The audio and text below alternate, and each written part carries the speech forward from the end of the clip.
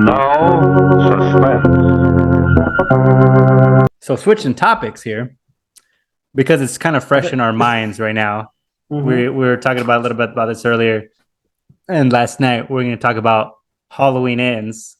I was going to say Oh Halloween God. kills for a second. All right, so we're going to switch into that because it's pretty fresh in our minds.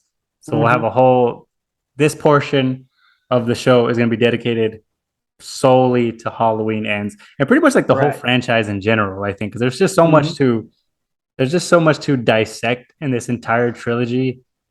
It's like it's weird. I feel like it's funny because being an outsider and someone who doesn't really care too much for horror movies, and someone like Mm-hmm. you who's a big fan of horror movies, it's a good dynamic because that way you can educate me on stuff, but then I also have the insight of being like an outside third party who Mm-hmm. doesn't have the I guess the bias against it.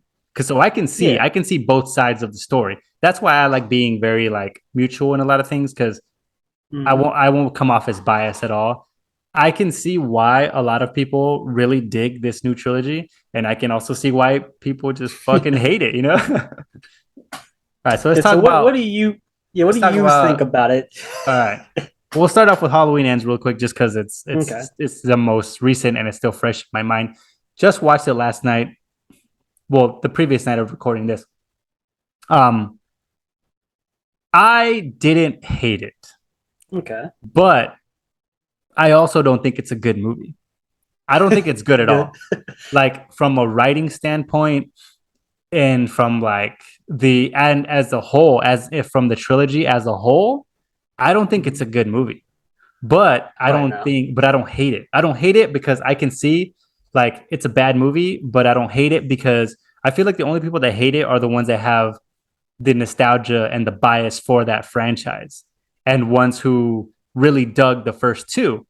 Like they like we were talking about, they have the first two have a bit of cohesion because it's one right after the other. And then there's a time Mm-hmm. gap in between two and three, which I'm not a fan of. I hate time gaps.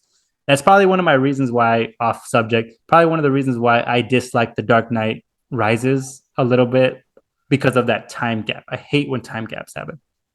But Mm-hmm. from with that, from a writing Especially when it's not standpoint, really that necessary. yeah, it wasn't necessary at all. Especially with this franchise, it's like, why is that? Like, there's really no. I mean, I kind of get it. We're talking about that. I get the ideas behind what they were trying to Mm-hmm. do, and that's why I don't hate it because I'm like, oh, there's a lot of really good, interesting ideas and concepts that they have here, but none of it was utilized right, and none of it, I think, really enhanced the trilogy. It had just brought it down. Mm-hmm. Like So in Halloween that sense, end, yeah. So that's like why I Halloween say like it Kills, that would have sucks. been a decent end, Mm-hmm. because it all takes place in the same night. From Halloween '78 to Halloween 2018 to Halloween Kills. It's like if Halloween Kills would have been the last one, and Michael just kind of got to the end of his house and disappeared, I've been like, all right, it would have been a decent ending because I'm like, don't like the movie, but like compared to what we did Mm-hmm. get with Halloween Ends, it doesn't. It's just so bizarre. It feels like a separate movie almost. It's like Mm-hmm. kind of tacked on, but apparently it was planned because they did plan a trilogy. But I don't think they planned the events that well in this trilogy. That makes sense. Okay, yeah. Yeah, and that's why I didn't hate it because I was like, oh, okay, this seems like something totally different. And if it was something totally separate from this Halloween franchise, I would have been all Mm-hmm. for it. I would have been like, oh hell, like I kind of like this. I kind of dig it. But because it's part of a franchise and because if it's part of a trilogy and because it's the end of that trilogy, I was like, this is fucking weird. Like this makes no sense at all. Like what are they trying to do? It's like we kind of compared it to the Star Wars trilogy. Like it's Mm-hmm. still part of the universe, yet it tried to do something totally different where you're like, is this part of the same thing? Like, especially with the Mm-hmm. rise of Skywalker or whatever, like it's at the end of the trilogy, yet they're bringing up things as if they're gonna like resolve them in future movies. It's like, nah, bro, this is the end. Like, this is the end. What are you We're doing? done. This is it. Yeah. So that's why, like, at the end of at Halloween ends, I'm like, no, some of this stuff didn't go anywhere. Like, what were they trying to do? Like, it seemed like they were trying to set up like a whole nother like spin-off or franchise. And I'm like, bro, this is the end of it. Like, what are you doing? Why are you bringing different, plot lines and storylines where shit and we're gonna get no payoff for it? Yeah, like I know we mentioned Corey Cunningham is Such a generic ass name too. I know exactly what they were doing. They were doing the you got Michael Myers, you got MM, Corey Cunningham, CC. You have the initials for first and last name the same. So I think that's why he has just a weird sounding name, Corey Cunningham. Mm-hmm. It doesn't have a ring to it like Michael Myers. But I think they're trying so hard to draw parallels between Corey and Michael to the point where like I said, it feels weird because the first 45, 50 minutes of the movie is just about this dude who's just introduced in this movie that you have no connection to. Mm-hmm. And you're kind of like, why am I watching this? Why am I watching this in a Halloween movie? Why is Michael a background character? And like, I like the idea, or at least I can applaud the idea that, evil can take many shapes and forms. It can happen. Maybe it can happen to anyone. I think that's the idea they were going for, because he was just a normal dude until he accidentally killed a kid. And now he's labeled as like a psycho child killer and he gets bullied and shit. Mm-hmm. By the way, he's a grown-ass man getting bullied by high schoolers. That's funny as fuck. Yeah. Dude, he's 20. He's like 25. Like that's he's getting bullied by marching band. Bro, kids. Yeah, it was the marching band. Like, what the fuck? Like, I watched it with me and my wife watched it, and the whole time I was like, and then the way his mom talks to him, I was like, how old is this kid supposed to be? Because I know that like Laurie's granddaughter is like, I'm having trouble. Like, how old are these people? Like, because what? This is a time skip messed it all up. Yeah, because I'm like, how old is she supposed to be? Because I was like, wasn't she still like in 3? Was she still in high school? Yeah, and then like how many years passed? Because then now she's like a nurse and all that, and then the way they make Corey seem is like he seems like a kid. And then I'm thinking, like, is she like statutory? Like, is this statutory? Because I'm pretty sure she's older than him. I have no clue, like, how old anybody is in this movie. And yeah, then he's getting, he gets his ass kicked by the marching band. Like, damn. Like, they really, like, the movie tried, spoilers for, I mean, obviously I'm going to throw in the title, like, spoilers and stuff, but the dude, like, they make this dude, like, they go so hard to make this dude so pathetic that it's like comical. Like I was laughing a lot of the time. Like they made it so same here. Comical. I was like, what the fuck? And I was laughing so hard. I was like, whoa, I don't think this is supposed to be funny, but I'm laughing. Like that's how I felt about Halloween Kills. That movie, I thought it was so bad that it was funny. Like there was like so many parts in that movie where I'm just like laughing hysterically, and I'm like, everything with Tommy in that movie is hilarious. Evil dies tonight. Yeah, and I'm just like, and I'm thinking like, I don't think I'm supposed to be laughing about this, but it's fucking hilarious. So that's how I felt about Ends too. I was like, everything with Corey, I was like, this is hilarious. Like, but I don't think it's supposed to be funny, but I'm laughing anyway. Also, like.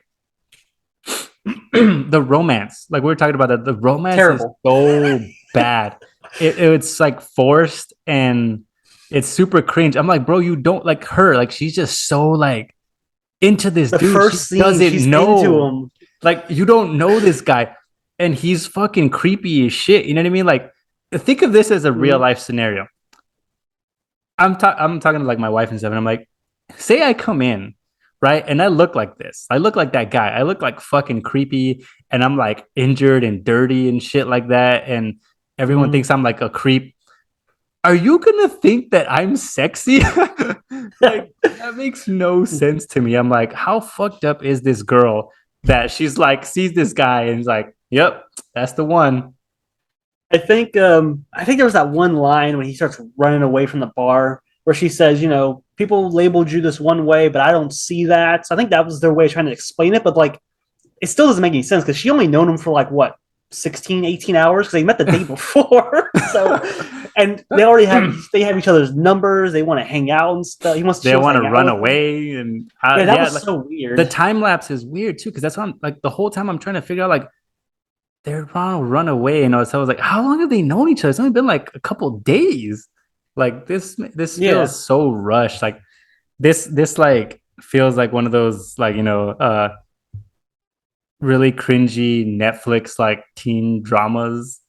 Oh yeah, it's like I think I told you. It feels like they had like two different movies in mind. They wanted to have this cool final confrontation between Lori and Michael, where she finally rids herself of him or whatever. Mhm. Like they wanted that, but they realized they probably couldn't make a movie out of it, or at least not long enough movie. So they made like another like 45, 50-minute long little plot that feels like a different movie, where you have Mhm. like the creepy boyfriend with a it's like a boyfriend with a messed up past, but the girlfriend who sees past that. But then you got the family member who thinks he actually is evil. Then he turns out to actually be evil. It feels like a thriller you would just see on like Netflix or something like that. Like you said, it's like that's what it feels like. It's like for 45 minutes, it doesn't feel like a Halloween movie or does anything to do with Michael Myers. But then eventually it shifts a little bit into that, and then Mhm. it still focuses on Corey for some reason. Then they kill him off anyway.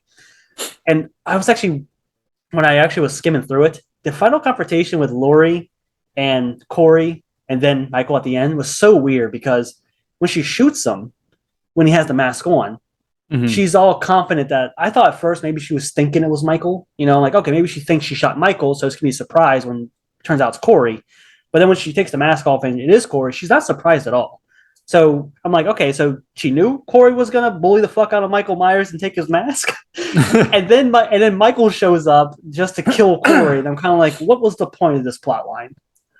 Like we were all leading to this, and it's like the way Laura interacted with Corey, I'm kind of like, did you know that how did you know Corey was going to wear this mask and act like Michael or Mhm. literally try to be Michael? Like it felt weird watching. Kind of like I thought it was gonna be like a surprise where it's like, oh wait, you're not Michael, you're actually Corey. But she knew the whole time it was going to be Corey. I thought that was a little weird thing about it. I'm like, that just seems off. I don't know why. Yeah. And And also also, like the she dude kills he himself, and then she acts surprised. Like you shot him like 3 times. Weren't you gonna kill him I anyway? was I thought that was weird too. And I was like, oh well he probably knew he was gonna die because like those shots were pretty fatal. So he's like, oh, and then he hears what's her Allison. Allison's like muffler, and he's like, oh shit, well here we go, time to frame her. Because he had mentioned earlier in the movie that when he called her, it's like, oh, she's trying to kill me.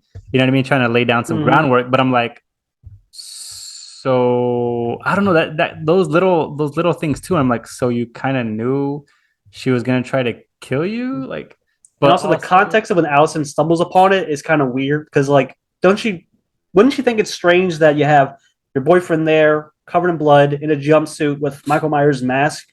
Wouldn't you think mhm. that's kind of weird? Like I get like she's in shock, like, oh, you killed my boyfriend, but it's like, oh wait a sec, why does he have Michael Myers' mask? What Yeah, happened here? and she Like and she she only turns ignores it all. around once the cop tells her like, oh, she called in a suicide attempt. It's like, oh no, Yeah. let me turn around. That's like, Now I should be concerned. yeah, I it's just like fled a scene okay, of a crime. yeah, It it's like was so little, bizarre. The actions are so weird. yeah, it's shit like that, like that it just make me laugh, and I'm thinking like, do people are they reading this stuff? Like when people write a script, are they like not picturing it out in their head, like, oh, okay, or do they not question those kinds of things? Like, is there no one in the room that's like, oh, hey, so she just like doesn't question the fact that he's dressed like Michael Myers and stuff, and most likely tried to like scare or kill her grandma, who probably acted in self defense. Yeah, it doesn't. It feels very what's the word, contrived like situations. I guess where you're kind of like this has to happen just so she can leave, so that she can come back as a surprise to save Lori. I feel like that's Yeah. why they needed her to leave. So they came up with a dumb reason, and just it was just so bizarre. It's just a weird movie. And I think what happened is the first one I rewatched the 2018 one last night. I watched like 5 movies last night, but I rewatched the 2018 one, and it's good. I like it.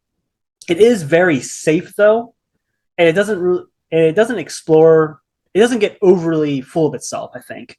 So I feel Mhm. like since they saw the success of that one, Blumhouse and Universal, since they still had the rights to make 2 more movies, I feel like that's when they let the director and writer actually go crazy with what they want to actually do. You know what I mean?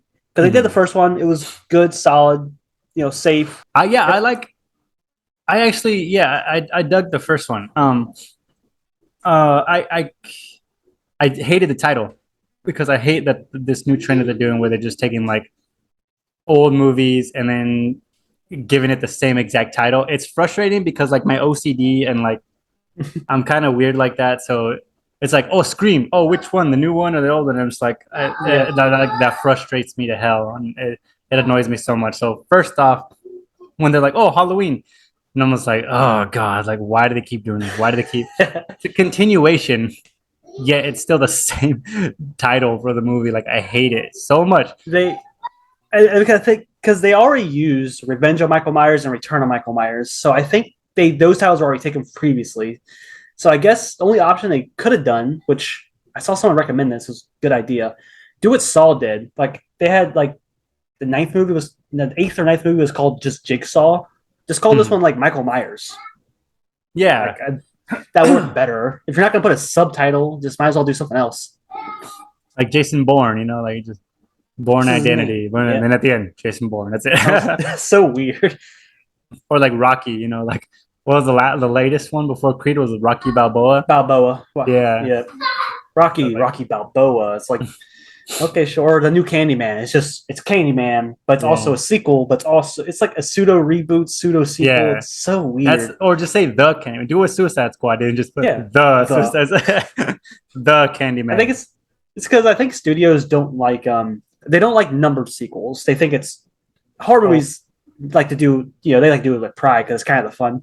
But I know I guess now they want to past 20 years they want to move away from that, so that's why they don't number them anymore. But then they don't want to give them sub names, subtitles anymore. So they're like, what do we call it? Just name it the same thing. I know Scream 5, they actually made a joke about that as well, where it's like they call them requels. They're like reboots / sequels. Yeah. But it's continuation of the story, but it kind of hits the same beats as the original. It played on the fact that Scream 5 plays on the because of Scream 5, it makes fun of the fact that we're doing that in this movie. It's kind of like a reboot, similar structure, but it's not exactly the same because continuation of the story. Halloween Kills came out, and before that, I had already been hearing like all the spoilers about it and like the leaked stuff, and I was like, oh well, that sounds fucking terrible. I was like, that sounds like a really bad movie. I was like, now I'm more interested. I want to watch it, dude. Like when people talk about how bad a movie is, it makes me want to watch it even more. I don't know what it is. It's like Morbius, that. Although that was disappointing because it's bad, but it's not so fun. It's bad. It's more bland. I think that's the issue. It's like with Halloween Kills, that was bad because of like it's overly, I don't know, pretentious ideas and really bad focus and execution and really ham-fisted writing. Like this is bad for like the wrong reason. It's not fun bad. It's kind of like dull bad. You're kind of like, this is. Like I see what you're doing, but damn, you didn't really nail it in this one, Yeah, and I actually dug Halloween 2018. I like the concept and like how, especially the ending, the last like 20-30 minutes, I thought was great. Oh, it's great. Like with like Laurie like playing like this like drunk like old lady who can't do anything, and then then they all just like switch up as like haha motherfucker, you know what I mean? I was like whoa, like that was really cool. And then they just her character just devolves along the way. Yeah, so weird. Yeah, like in Halloween Kills, she spent like her whole time in the fucking hospital bed which I get people are saying like, well, she's an old woman. And I'm just like, in this universe, Michael gets beat up by a fucking mob and survives. He gets shot. Like, I don't care. I can suspend my disbelief that she'll be okay to go fight Michael again. I'm okay with that. I care more about like in universe consistency, if that makes more sense. It's kind of like 2018, like Michael can like he stomps on a dude's head and completely like smashes it, like he in that one, like he does a lot of crazy shit, so you're kind of like I can fully buy he's a crazy killing machine. But then you kind of in Halloween Kills, they throw real world logic. It's like, well, Laurie got stabbed, of course she wouldn't be okay to fight. I'm like, I don't care. Hit the bitch up, like she'll be all right. This is a movie, okay? Like, I mean, it even starts off like the beginning of Halloween Kills starts off pretty awesome. Like the POV shots of him just like killing firefighters. 15 minutes, yeah, and then all of a sudden, like that to me felt like it's like, oh, here you go, and then let's not give you anything else for a good while. I'm like, what? let's That's focus how- on the sheriff for a little bit. We're going to focus Yeah. on Tommy, the other kids who were there. Lori will have a little moment, but doesn't actually do anything. It's so unfocused. We're also going to flash back to the original Halloween for no reason really. They didn't need to do that. So it's kind of Yeah. weird, you know. Who in their right mind would say, "Oh my god, that's the kid from the original movie"? Like, no one gave a shit. This is that girl who survived that night. Like, who cares? Were they even the same actors? I don't remember. I think one of them was like the older. No. I don't think any of them were. I think they were all like recasted. So that's why I was okay. like, who cares? Like, you're trying to make these like secondary, even third ranked characters from a franchise from 20 some or 40 years ago Yeah. and trying to make them into main characters, and no one cares. So like that's how I felt about like Halloween Ends too. I was like, oh, it's cool concepts, that's cool, but I'm not here for that. I'm here for the slashing part. I love how the first kill of like Halloween Ends wasn't even from Michael. It's just so funny. I think it was just used to subvert expectations and like focus on Corey and stuff like that. I think I get the intent. It's just the execution was so badly done. It's like also this late in a trilogy, you're kind of like, why are you just now introducing this character, trying to drive home this weird point? Why is Michael just? What happened to Michael, bro? Yeah, that's what I mean. Like, where's the time lapse? Like, how long has he been down there? I think it said 4 years. I don't remember. Years? I think it was because it goes from 2018 because the first one 2018. 19 is when Corey kills the kid.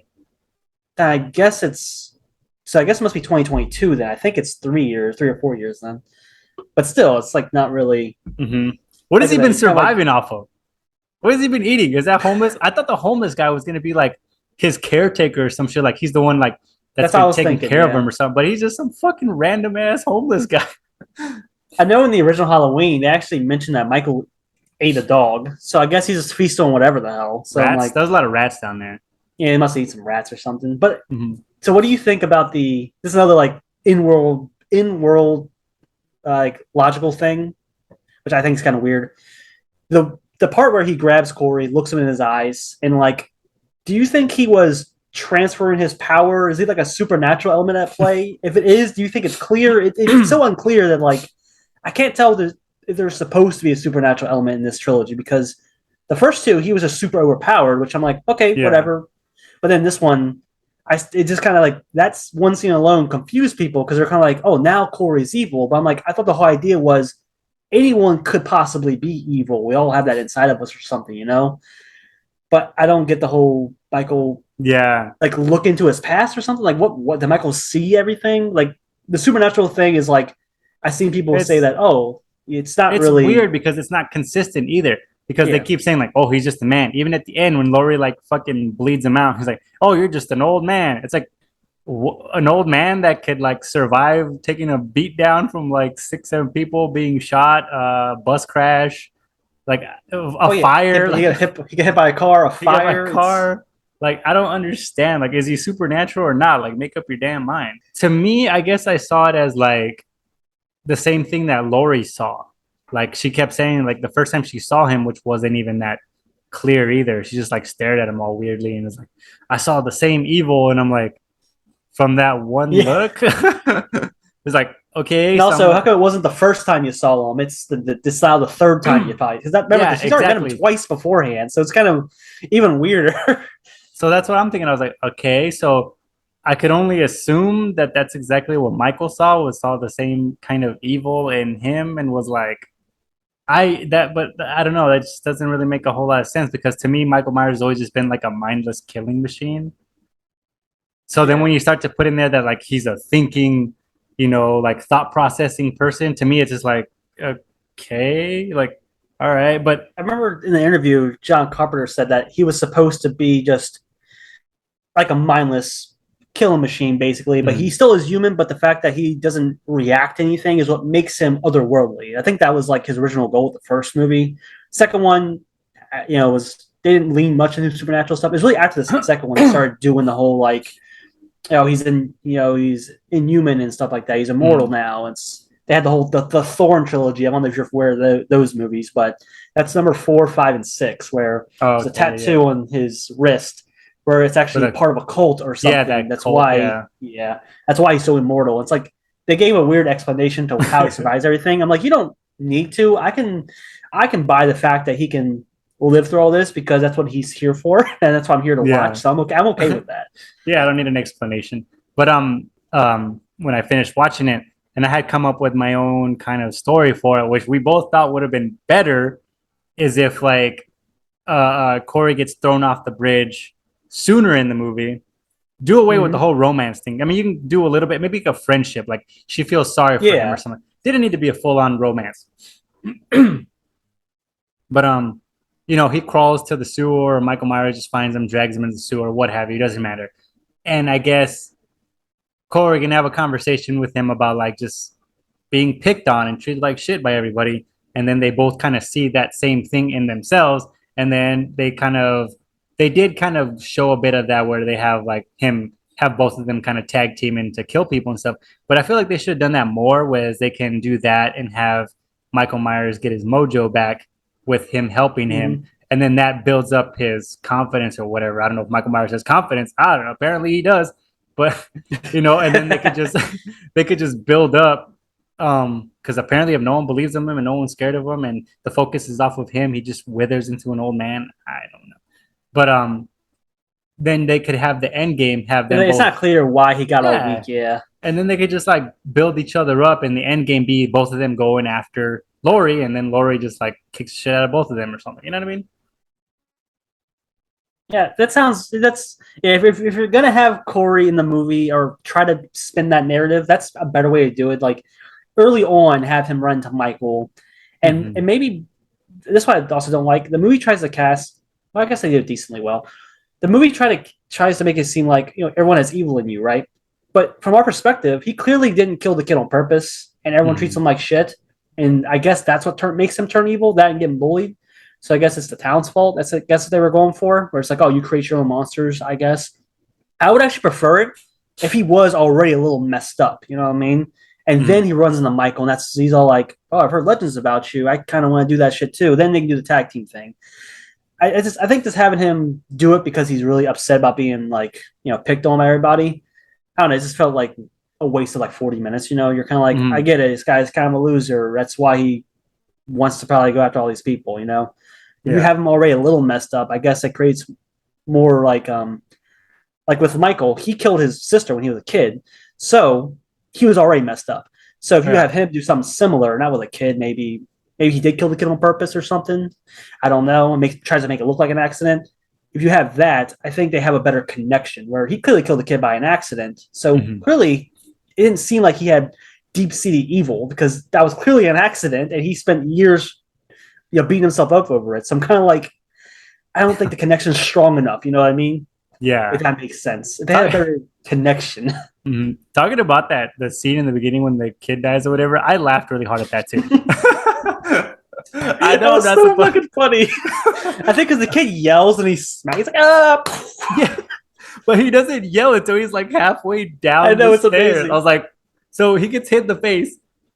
First of all, the physics don't make sense because what they should have done was have him break his neck on the banister, because the banister is literally like this much. Like here's the kid, and the banister's like maybe reaches up to his neck. Yeah, how'd he fall over? No way. Like, I don't get that either. And then when the dummy falls, that made me laugh so hard. But yeah, that was hilarious. I was laughing. Yeah, he would have bounced off of it, Yeah, I was thinking like he should have just like backed up, and when the door hits him, he backs up and like snaps his neck on it. That would have been more believable. Yeah, and it would have been, too, it would have been more visceral, I think, because just like seeing a kid's like head just go back and just snap, like that would be insane. Let's see. We covered Michael being a chump and Corey. Oh yeah. That was the other thing too. It felt oddly like disrespectful to the character of just having him just like get thrown around like that by some kid. Oh yeah, that was odd. I love the scene when. I love it when Corey comes back there to steal his mask. It's Michael's just standing there, and then he just throws it to the ground. It's so fucking funny because Michael's probably thinking, "Oh shit, what are we doing today?" He just throws it to the ground.